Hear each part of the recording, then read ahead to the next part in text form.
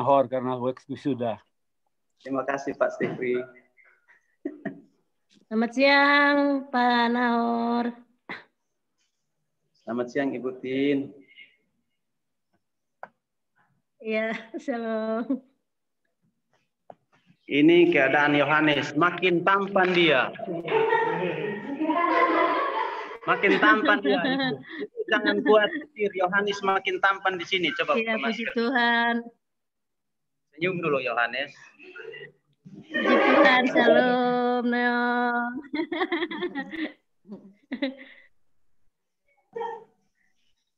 Oke, mari duduk sini.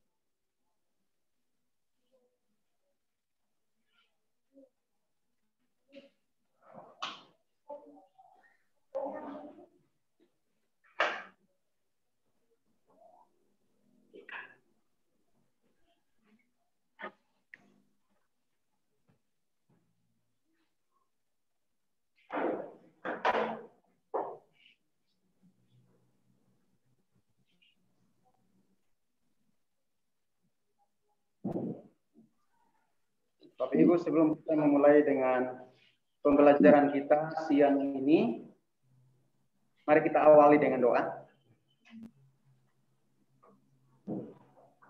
Kita berdoa. Kami naikkan syukur kami oleh karena Engkau Allah kami yang hidup.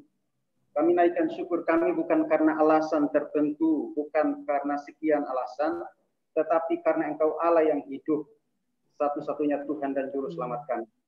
Kami hidup, kami ada sampai hari ini hanya oleh karena Injil, untuk Injil dan bagi kemuliaan Tuhan saja.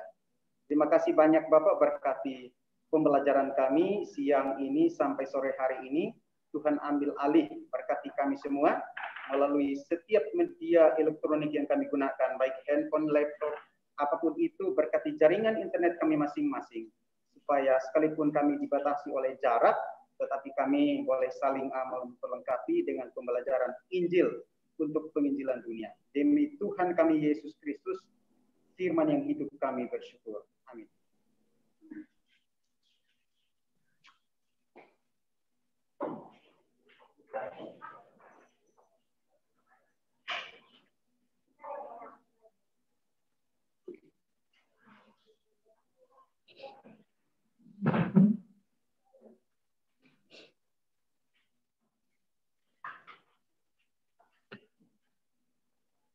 Bapak Ibu teman-teman sekalian, hari ini kita akan belajar materi dalam keselamatan. Ini sudah sangat familiar bagi kita sekalian.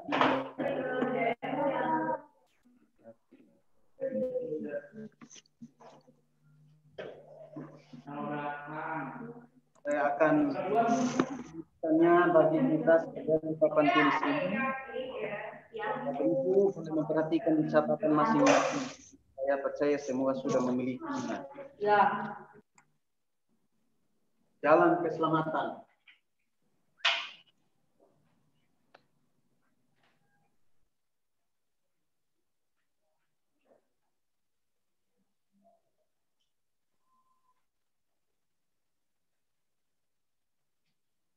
Semua orang menginginkan keselamatan, Tapi bagaimana caranya untuk mengalami keselamatan tersebut? Alkitab memberikan jawaban yang sangat mendasar. Untuk menjawab topik ini tidak ditemukan di buku lain, hanya di dalam kitab suci Alkitab. Di dalam Yohanes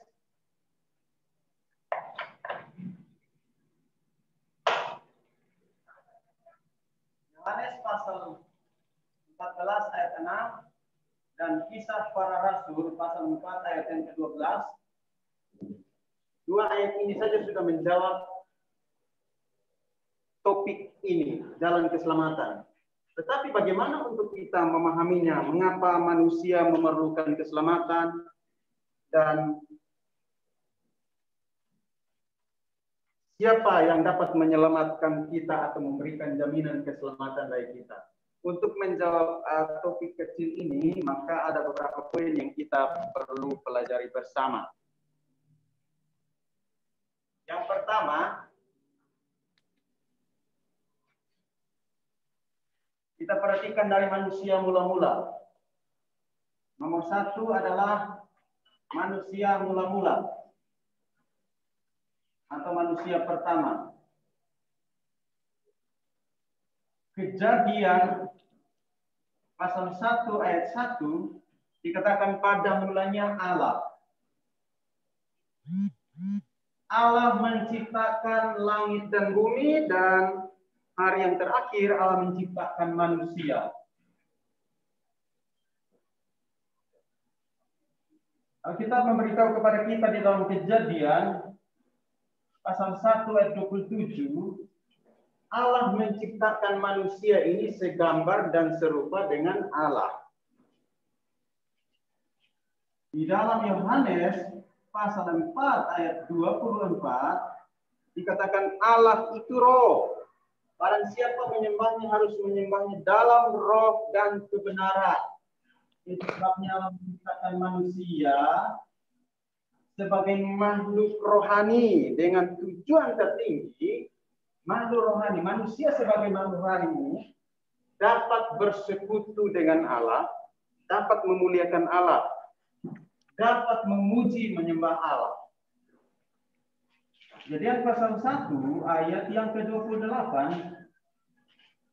Allah memberikan otoritas kepada manusia supaya manusia menaklukkan semua ciptaan yang Allah ciptakan di muka bumi ini. Namun ada hukum atau aturan yang Allah bentuk. Kejadian 2 ayat yang ke-17. Supaya manusia itu bertolak dari aturan-aturan ini, manusia dapat melakukan, menaklukkan semua ini sesuai dengan yang dikehendaki oleh Tuhan. Ini namanya katana atau perjanjian. Apa maksud perjanjian ini? Untuk mengatur hubungan baik antara manusia dengan Allah. Kejadian 1 ayat 1 dikatakan pada mulanya Allah menciptakan langit dan bumi. Berarti Allah itu pencipta. Allah itu penguasa. Dan Allah itu adalah Tuhan. Dia pencipta, dia penguasa, dia adalah Tuhan. Dia berkuasa atas segala sesuatu. Itu sebabnya dia ciptakan segala sesuatu dan juga manusia. Maka manusia ini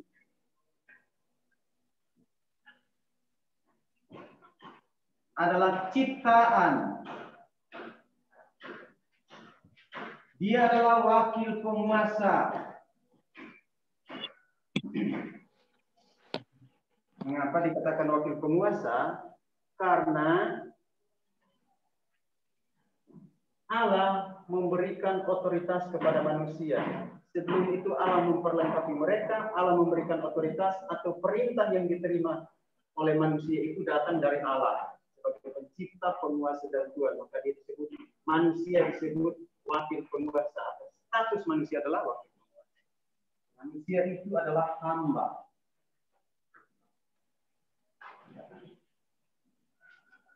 status manusia sebagai ciptaan yang harus bergantung kepada Allah yang adalah pencipta.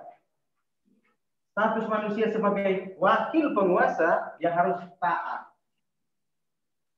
Taat kepada Allah yang adalah penguasa. Status manusia sebagai hamba yang harus melayani. Melayani siapa? Melayani Allah yang adalah Tuhan. Nah, jikalau manusia menyadari statusnya sebagai ciptaan, wakil penguasa, dan hamba, dia bergantung kepada Allah. Dia taat kepada Allah. Dia melayani Allah yang adalah pencipta, penguasa, dan Tuhan. Maka Allah yang menciptakan segala sesuatu dan berkuasa di atas segala sesuatu memberikan yang namanya berkat rohani kepada manusia yang diciptakan segambar dan serupa dengan Allah. Ini namanya berkat rohani. Apa itu berkat rohani? Hikmat, kebijaksanaan, kemampuan yang diterima oleh manusia ini untuk menaklukkan semua ciptaan lain.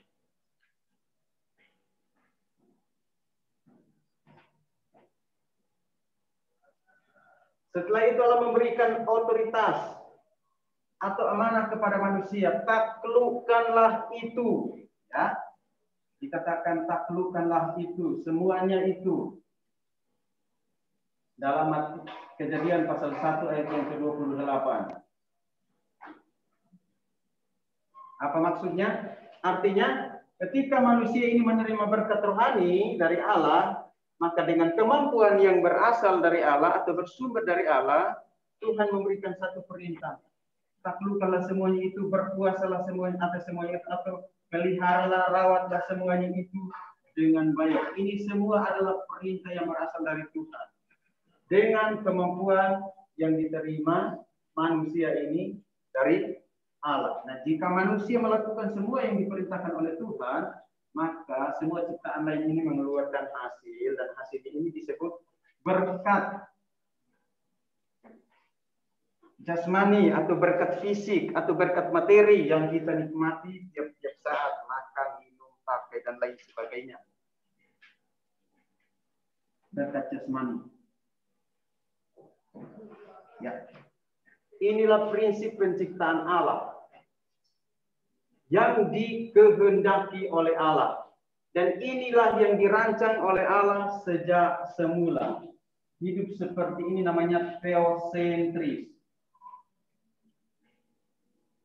Kalau manusia hidup berpusat kepada Allah sebagai pencipta, penguasa, dan Tuhan, maka tidak ada masalah di bagian ini. Tidak ada masalah yang terjadi. Dan inilah rancangan Allah mula-mula supaya manusia terus mengalami hubungan atau persekutuan seperti ini yang dirancang oleh Allah seperti ini tanpa intervensi manusia atau ciptaan lain. Tetapi kenyataan yang kita hadapi saat ini, keadaan dalam dunia ini tidaklah berlangsung sebagaimana yang kita perhatikan di bagian ini.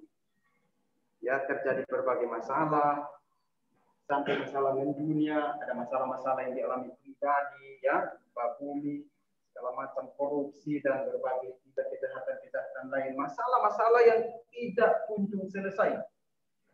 Berasal dari mana tadi itu? Bagian kedua ada namanya masalah mendasar.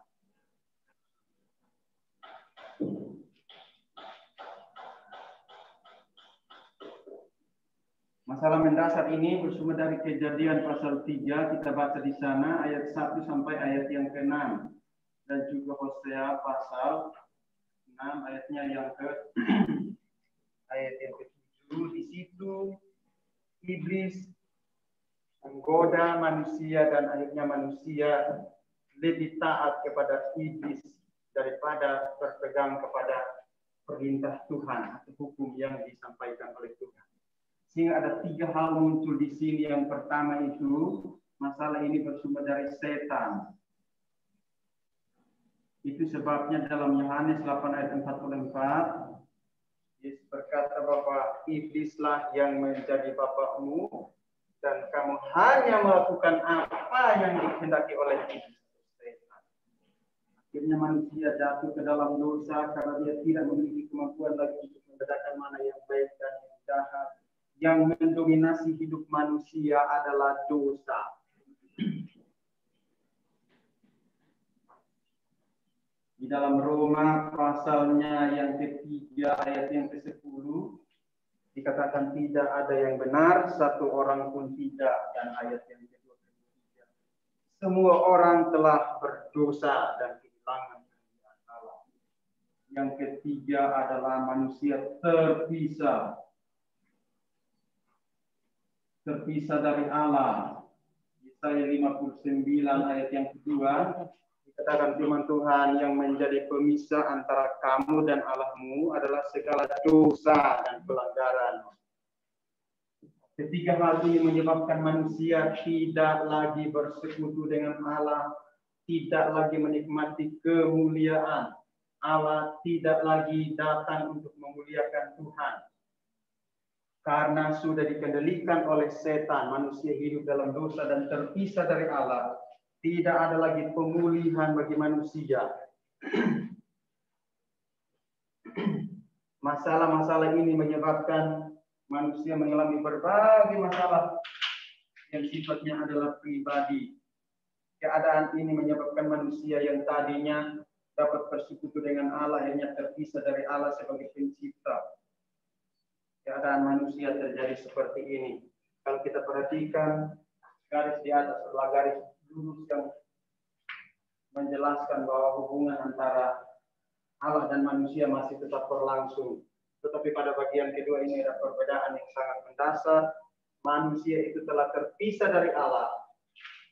Digambarkan seperti ini. Di sini adalah Allah, di sini adalah manusia. Ini bagian yang ketiga.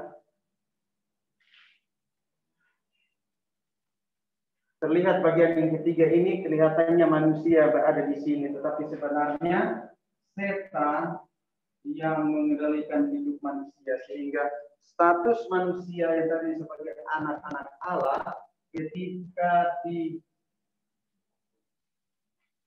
dan jatuh ke dalam dosa, maka status manusia adalah anak-anak iblis. Karena manusia lebih taat kepada setan daripada kepada Allah.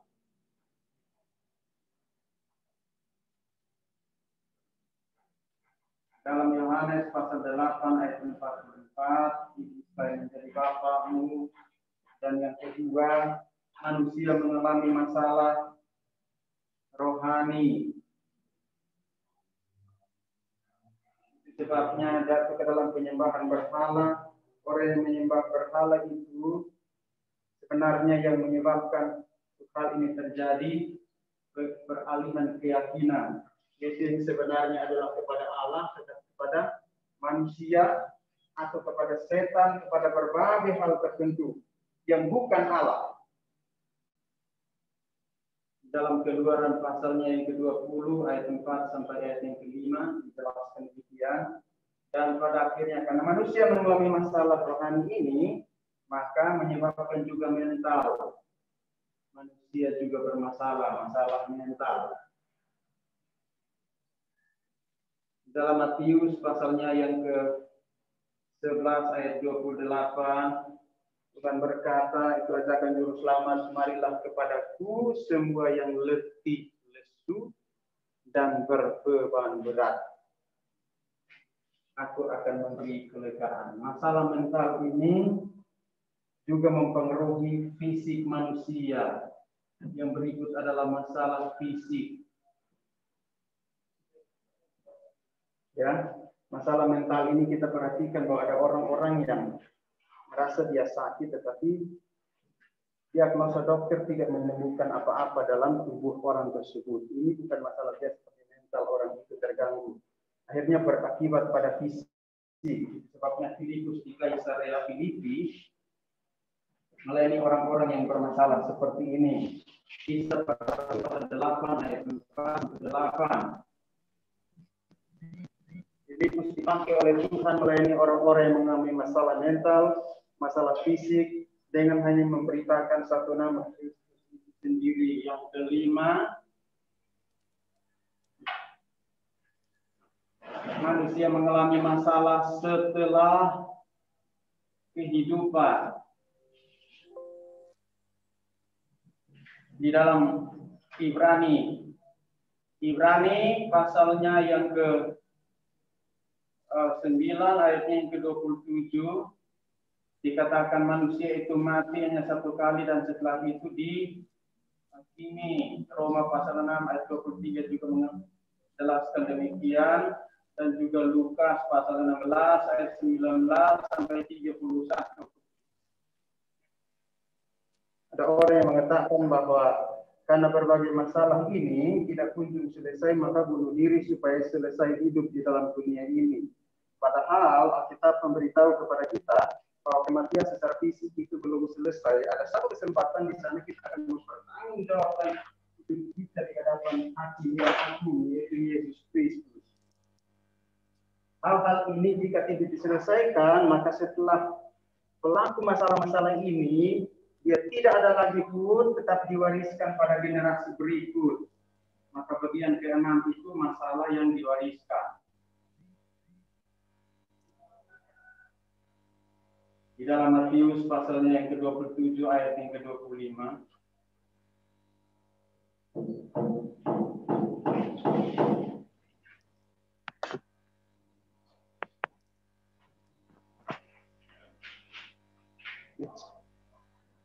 Ya. Nah, Bapak Ibu teman-teman yang diberkati oleh Tuhan, karena berbagai masalah yang mengikat hidup manusia, maka manusia memiliki satu upaya, melakukan sesuatu upaya untuk melepaskan diri dari masalah-masalah ini dengan melakukan agama atau beragama. Ini upaya manusia.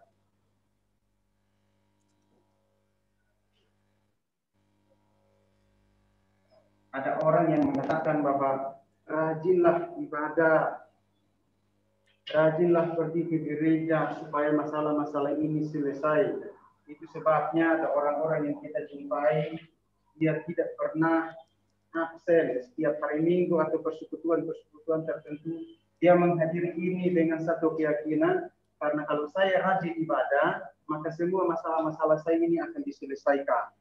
Itu seperti itu. Dalam Matius pasalnya yang ke-12, ayatnya 43 sampai 45 dijelaskan di sana bahwa agama tanpa Kristus itu sama seperti rumah tanpa penghuni. Yang kedua adalah perbuatan baik.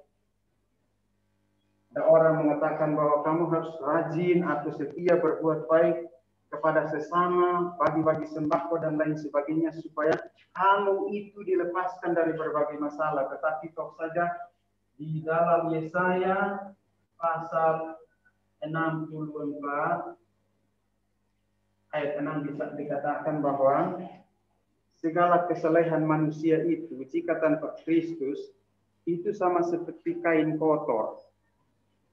Ya, lap-lap kaki.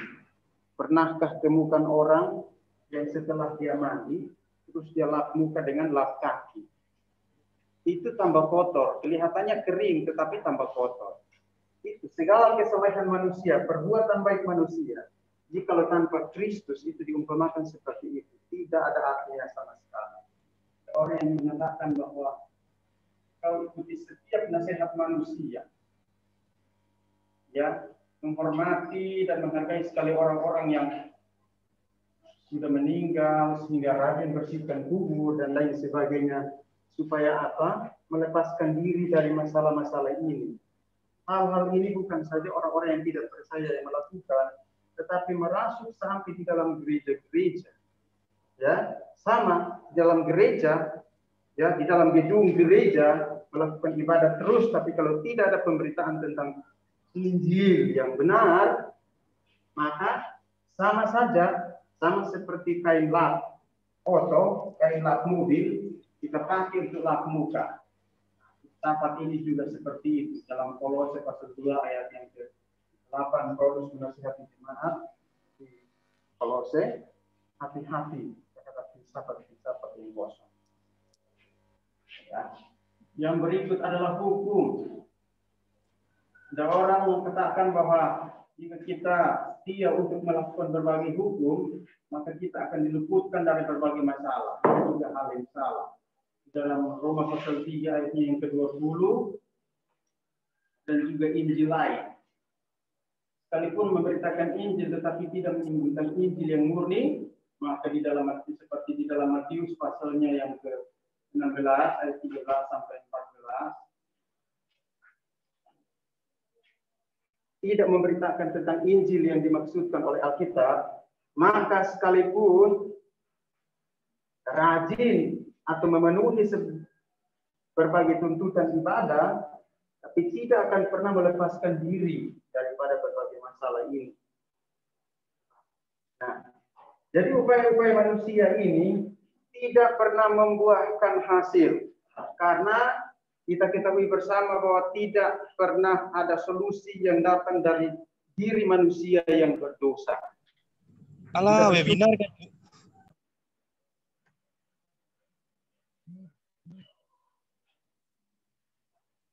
Karena ada satu pribadi di dalam Yohanes 14 ayat 6 dan Kisah Para Rasul pasal 4 ayat yang ke-12. Di sana untuk memperoleh keselamatan itu tidak ada cara lain. Yesus Kristus berkata bahwa akulah jalan dan kebenaran dan hidup. Di bawah kolong langit ini tidak ada nama lain. Kisah Para Rasul 4 ayat 12. Yang olehnya manusia dapat diselamatkan. Itu sebabnya upaya manusia itu bisakah menyelamatkan dirinya sendiri? Tidak mungkin. Tidak ada satu manusia pun yang membuat dirinya itu bernilai. Kemarin saya di wisuda Bapak Ibu.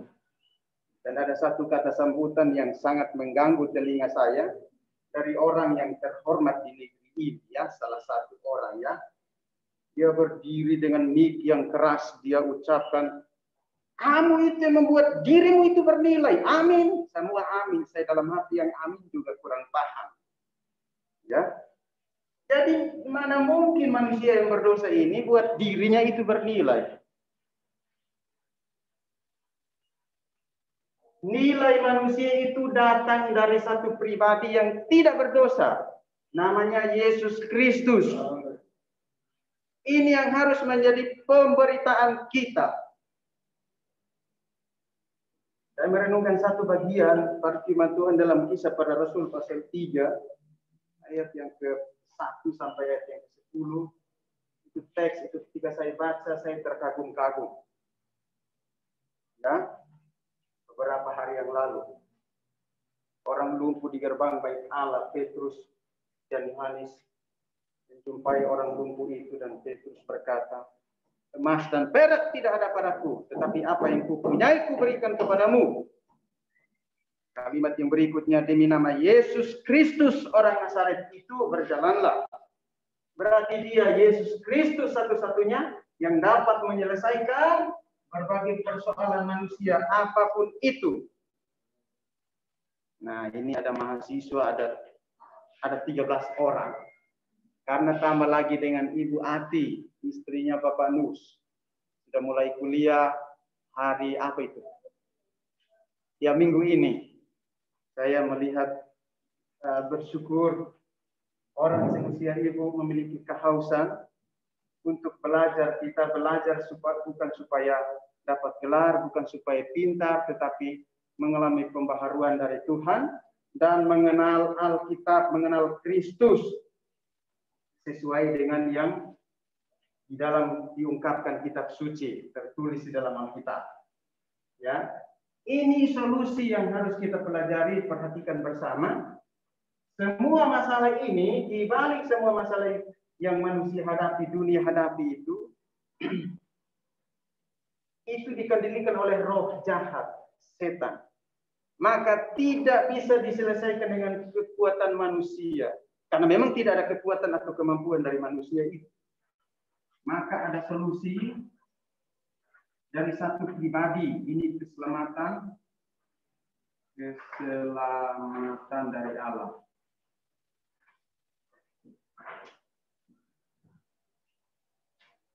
Tulisan saya tentu tidak terbaca jelas di whiteboard ini karena besar dan kecil.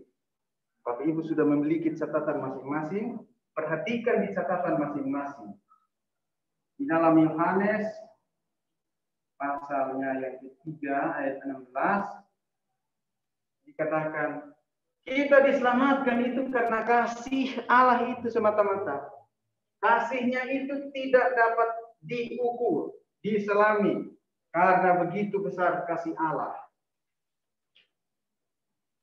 Di dalam Roma pasalnya yang kelima ayat yang ke-8 bagaimana kita diselamatkan? Dikatakan Kristus mati bagi kita ketika kita masih berdosa. Berarti tidak ada upaya dari manusia sedikit pun untuk menyelamatkan dirinya sendiri. Kristus mati bagi kita ketika kita masih berdosa. Ini yang dikatakan oleh Rasul Paulus kepada jemaat di Kolose pasal 2 ayat yang kedua. Ini adalah rahasia Allah. Namanya rahasia tidak semua orang tahu. Dan juga Efesus pasal 3 ayatnya yang keempat. Mengapa disebut rahasia? Karena dinubuatkan sejak perjanjian lama. Nubuatan dalam PR. Apa itu di dalam Kejadian pasal 3 ayat 15. Ini disebut apa, Hendra? Masih ingat?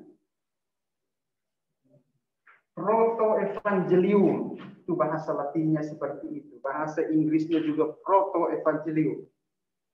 Bahasa Yunaninya proto-euangelion. Itu masalah pengucapan saja. Menggunakan bahasa apa? Bahasa Yunani, bahasa Latin, atau bahasa Inggris. Proto-evangelium atau proto-euangelion. Injil yang pertama atau kabar baik yang pertama. Di dalam Kejadian pasal 3 ayat yang ke-15. Dia dinubuatkan di sana bahwa akan datang seorang juru selamat. Namanya Yesus Kristus. Dan juga di dalam Keluaran pasal 3 ayat yang ke-18 ini berbicara mengenai kurban darah. Dia akan menderita. Dan dalam Yesaya pasal 7 ayat 14 dia itu Immanuel.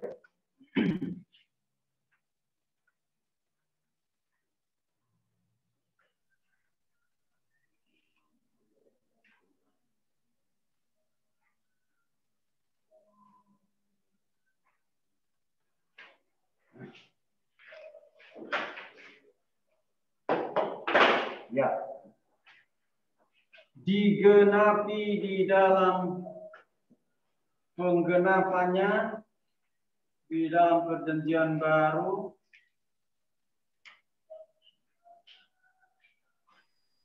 dalam Matius pasal 16 dan Kisah pasal 17 ayat yang ketiga. Petrus memberikan satu pengakuan yang mendasar karena banyak orang yang salah memahami siapa Yesus Kristus itu sebenarnya. Ketika Yesus bertanya, menurut kamu apa kata orang tentang aku? Ada yang menjawab Elia, Yohanes Pembaptis, salah satu dari para nabi, Yeremia. Tetapi ketika Yesus bertanya kepada murid-murid, menurut kamu siapakah aku ini? Seorang bernama Simon Petrus memberikan jawaban yang sangat mendasar. Yesus, engkau adalah Kristus, anak Allah yang hidup. Ketika Petrus memberikan jawaban seperti itu, maka ada respon dari Yesus.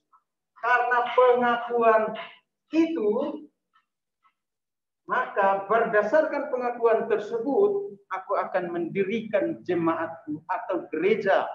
Dan alam maut tidak akan menguasainya. Ini penting sekali.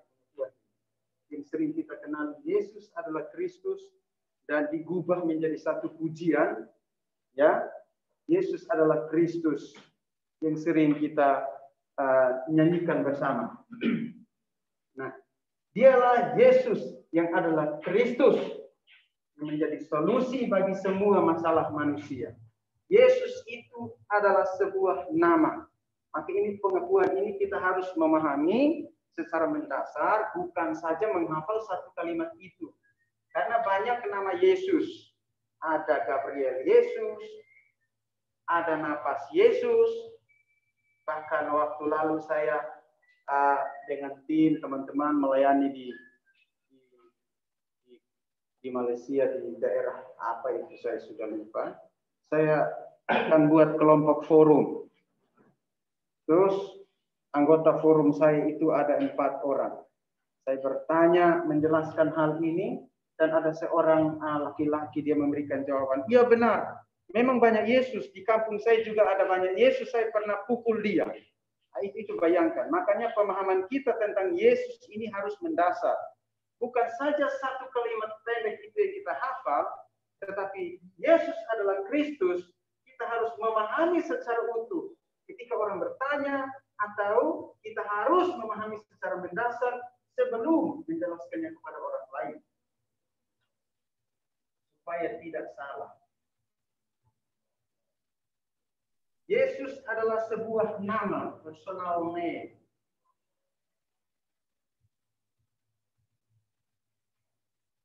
Ini adalah nama.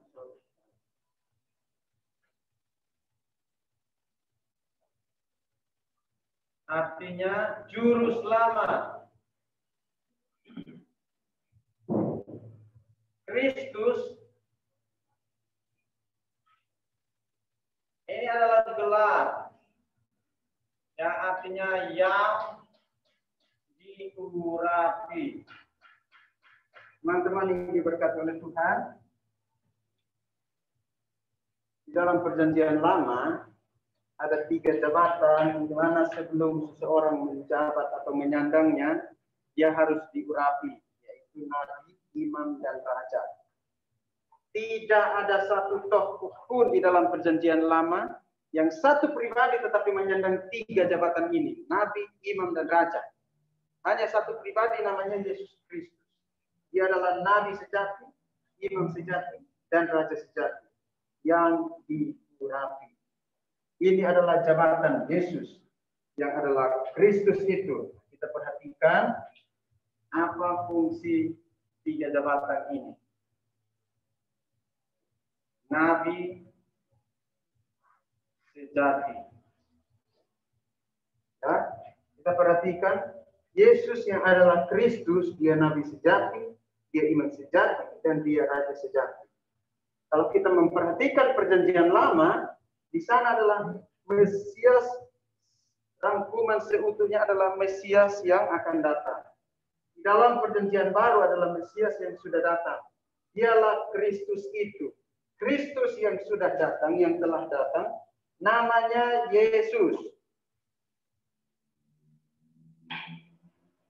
Yang menyandang 3 jabatan ini, nabi sejati dalam Yohanes pasal 14 ayat 6 dan juga Ibrani pasal 10 ayat 19 sampai 22. Tugas seorang nabi adalah menerima firman dan menyampaikan kepada para umat. Pada zaman PL tidak diperkenankan umat datang bertemu langsung dengan Allah, tapi harus melalui seorang nabi, orang yang dikhususkan untuk umat yang berdosa itu datang melaluinya. Melalui nabi sejati ini mereka menerima firman. Maka kalau kita pelajari dalam perjanjian lama, di sana banyak kalimat yang kita jumpai. Demikianlah firman Allah. Demikianlah Tuhan berkata. Seperti itu. Melalui nabi, nabi ini sampaikan kepada umat Tuhan. Nah, Yesus yang adalah Kristus, dia adalah nabi sejati, dia menjadi jalan bagi manusia untuk datang kepada Allah. Nah, Yesus yang adalah Kristus, adalah nabi sejati, dia menjadi jalan bagi semua manusia yang percaya kepada dia melalui Yesus yang adalah Kristus. Dia menyelesaikan masalah keterlibatan manusia ini sehingga dia bisa datang bersekutu dengan Allah melalui Yesus yang adalah Kristus itu. Maka dia menyelesaikan masalah keterpisahan manusia dari Allah. Yang kedua adalah imam sejati. Dan Yesus adalah Kristus, dia imam sejati. Dalam Markus pasal 10 ayat 45, dia datang bukan untuk dilayani, tapi untuk melayani dan menyerahkan nyawanya bagi tebusan bagi banyak orang. Demikian pula di dalam Ibrani pasal 9 ayatnya yang ke-11 sampai 15.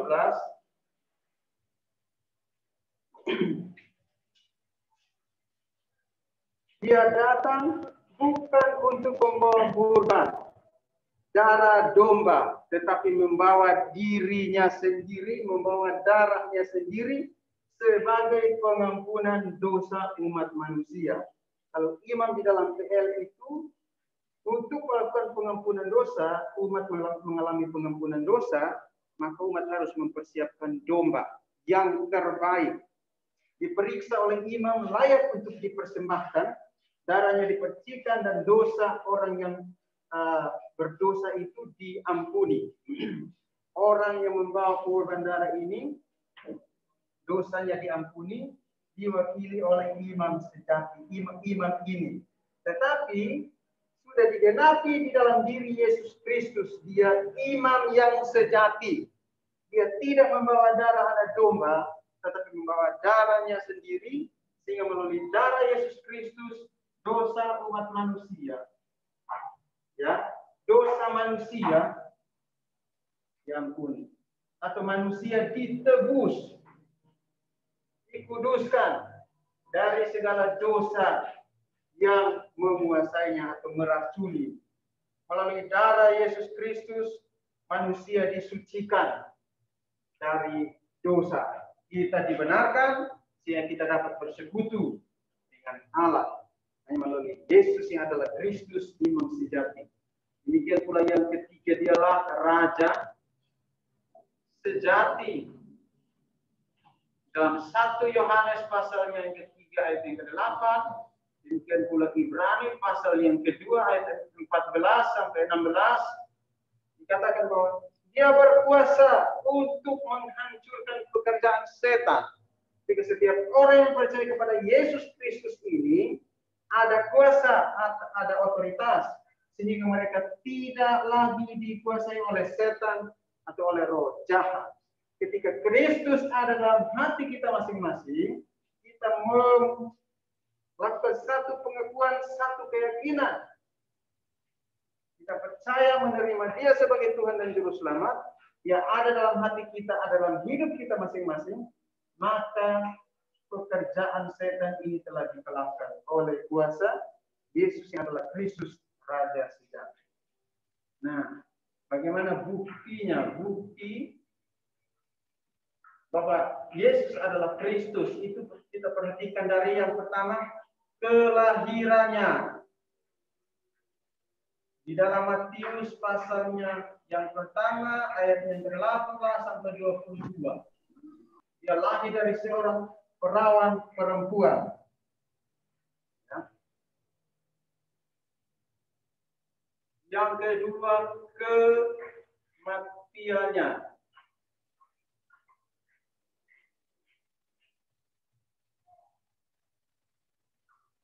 Dalam Yohanes pasalnya yang ke-19 ayat yang ke-30, dia mati dan bangkit kembali. Yang ketiga, kebangkitannya.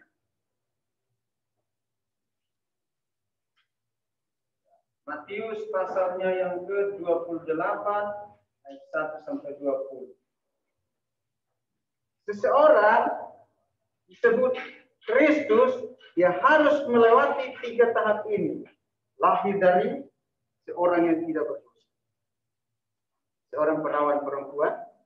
Yang kedua, mengalami kematian untuk pengampunan dan penyelamatan semua manusia. Dan yang ketiga, dia harus bangkit dari antara orang mati. Dan ini hanya terjadi bagi satu pribadi yang bernama Yesus Kristus. Olehnya itu, siapa status pribadi yang mengalami hal ini? Status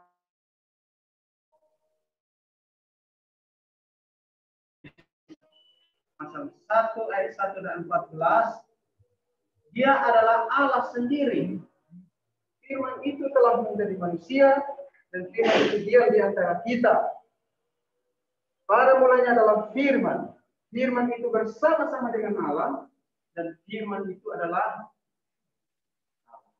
di pasal 2 ayat 6 sampai 8 yang mengosongkan dirinya sampai mati, bahkan mati di atas kayu salib. Dan yang ketiga, Yohanes 10 ayat yang ke-30 dikatakan, aku dan Bapa adalah satu. Sehingga keselamatan hanya ada di dalam Yesus Kristus. Di bawah kolong langit ini tidak ada nama lain yang olehnya kita dapat diselamatkan, hanya melalui Yesus Kristus. Untuk menjawab tema di atas, topik kecil di atas ini, bagaimana kita dapat diselamatkan? Siapa yang dapat menyelamatkan kita? Dalam Yohanes 14 ayat 6 dan Kisah Para Rasul 4 ayat 12 sudah dijawab bahwa hanya satu pribadi bernama Yesus Kristus. Dan hanya melalui itu kita dapat diselamatkan. Bagaimana kita dapat diselamatkan? Di dalam Efesus pasal 2 ayat 8 sampai 9. Kita diselamatkan hanya oleh karena kasih karunia Allah. Untuk menyadari hal ini, ketika kita menyadari dan mengerti semua ini, maka keselamatan itu bukan karena satu upaya yang dilakukan oleh manusia itu untuk memperolehnya, tetapi semata-mata karena kasih karunia Allah. Nah, orang yang sudah menyadari hal ini, maka harus ada satu tindakan, yaitu dibaptis. Makna baptisan itu adalah mati dan bangkit dengan Kristus. Dalam Roma, pasalnya yang ke-6 ayat yang ke-3 sampai ayat yang ke-11, ketika kita dibaptis, itu memberikan satu pengakuan, harus kita memahami bahwa kita mati dan bangkit bersama dengan Kristus. Hidupku yang kuhidupi bukannya aku lagi, tapi Kristus, kalimat yang diungkapkan oleh Rasul Paulus. Yang orang yang sudah di dalam Kristus Yesus, dia bukan lagi milik dunia ini. Tanda baptisan itu untuk memberikan satu keyakinan bagi kita bahwa kita di dalam Kristus dan Kristus di dalam kita. Sehingga segala pekerjaan setan sudah dikalahkan dan kita menjadi manusia. Setelah kita dibaptis, maka Kisah Para Rasul pasal 2 ayat yang ke-38 ada hadiah namanya karunia Roh Kudus.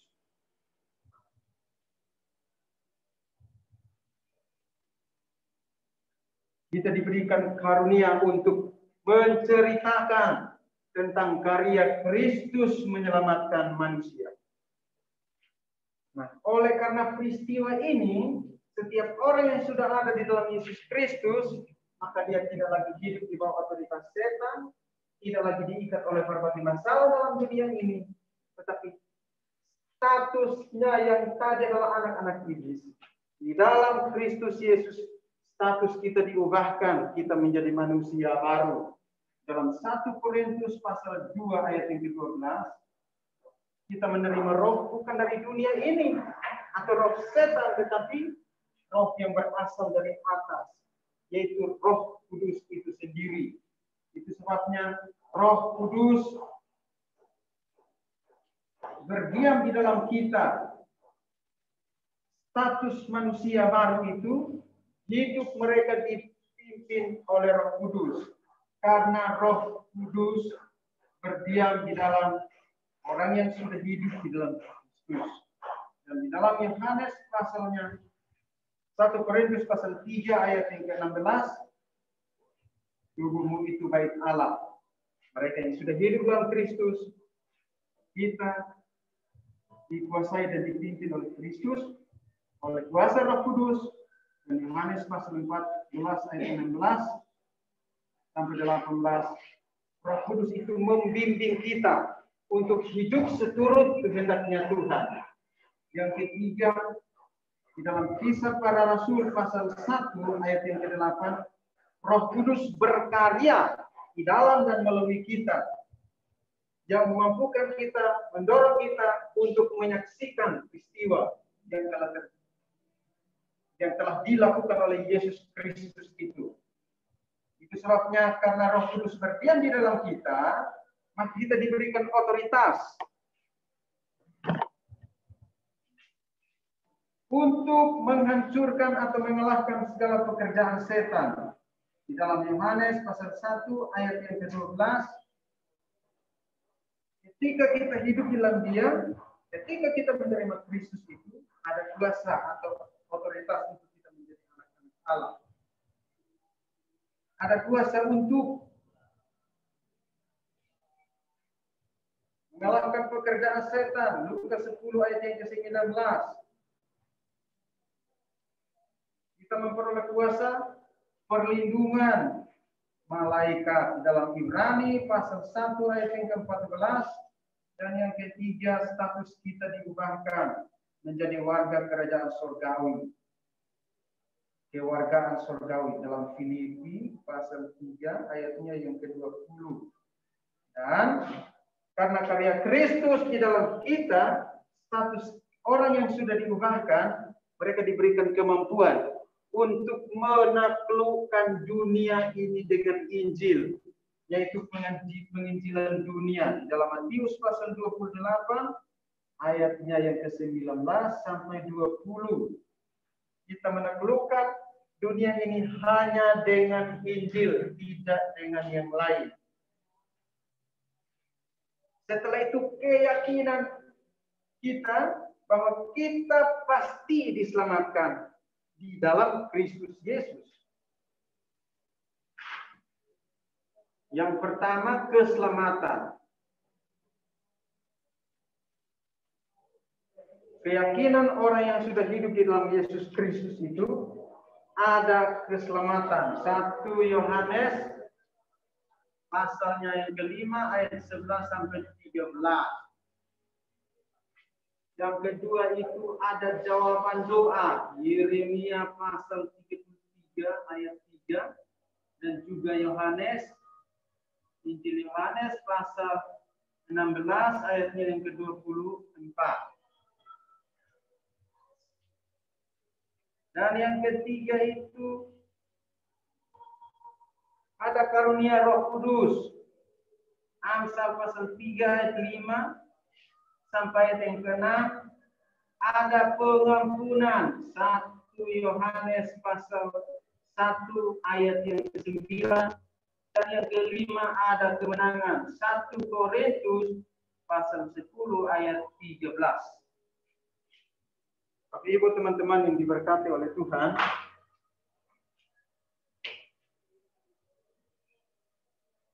ketika manusia jatuh ke dalam dosa, maka tidak ada kemampuan untuk manusia menyelamatkan dirinya sendiri.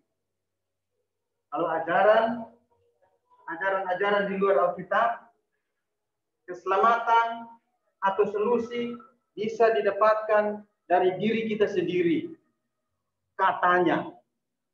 Tetapi kita berpegang pada kitab suci, dan melalui kitab suci memberitahukan kepada kita bahwa keselamatan itu tidak datang dari pribadi yang lain, tapi dari satu pribadi yang pernah berkata, akulah jalan, kebenaran, dan hidup. Dan semua nubuatan dalam perjanjian lama digenapi di dalam perjanjian baru, dan seutuhnya kitab suci hanya memberikan satu pemahaman yang mendasar bagi kita tentang satu hal, yaitu pribadi dan karya Yesus Kristus itu sendiri. Yesus Kristus itu sendiri telah menyelesaikan masalah-masalah mendasar manusia. Itu sebabnya kalau masalah mendasar sudah diselesaikan, maka masalah-masalah pribadi ini akan terselesai dengan sendirinya. Karena akar persoalan sudah diselesaikan oleh Yesus Kristus. Dan hanya di dalam Yesus Kristus, keterpisahan kita ini dihubungkan kembali. Itu sebabnya ada salib. Makna daripada salib ini, keterpisahan manusia dari Allah, percaya kepada Yesus Kristus yang lahir, mati, dan bangkit kembali. Dia berkata, semua telah selesai. Di dalam pribadi Yesus Kristus itu sendiri, manusia yang tidak ada pengharapan, ada pengharapan, ada kepastian keselamatan. Hanya melalui pribadi dan karya Tuhan Yesus Kristus. Itulah materi jalan keselamatan. Inti dari semua penjelasan ini hanya memberitahukan kepada kita bahwa hanya satu pribadi yang dapat kita menaruh keyakinan dan kepercayaan kita kepada Dia. Namanya Yesus Kristus. Mari kita berdoa. Tuhan, kami naikkan syukur kami kepada Engkau oleh karena Engkau mengutus anak-Mu Yesus Kristus memberikan jaminan keselamatan bagi kami, menyelesaikan persoalan mendasar kami. Tolong kami supaya hari demi hari kami menyukai, ada kesukaan untuk belajar kitab suci. Tuhan berbelas kasihan bagi kami, memampukan kami untuk mempraktekkan setiap firman-Mu yang telah kami dengarkan. Layakan kami dan Engkau terus berkarya melalui kami. Pakai kami untuk menaklukkan dunia ini dengan Injil. Berkati kami semua, segala kemuliaan bagi Engkau Tuhan kami, Yesus Kristus. Haleluya. Amin. Terima kasih Tuhan berkati. 수고하셨습니다. 박수.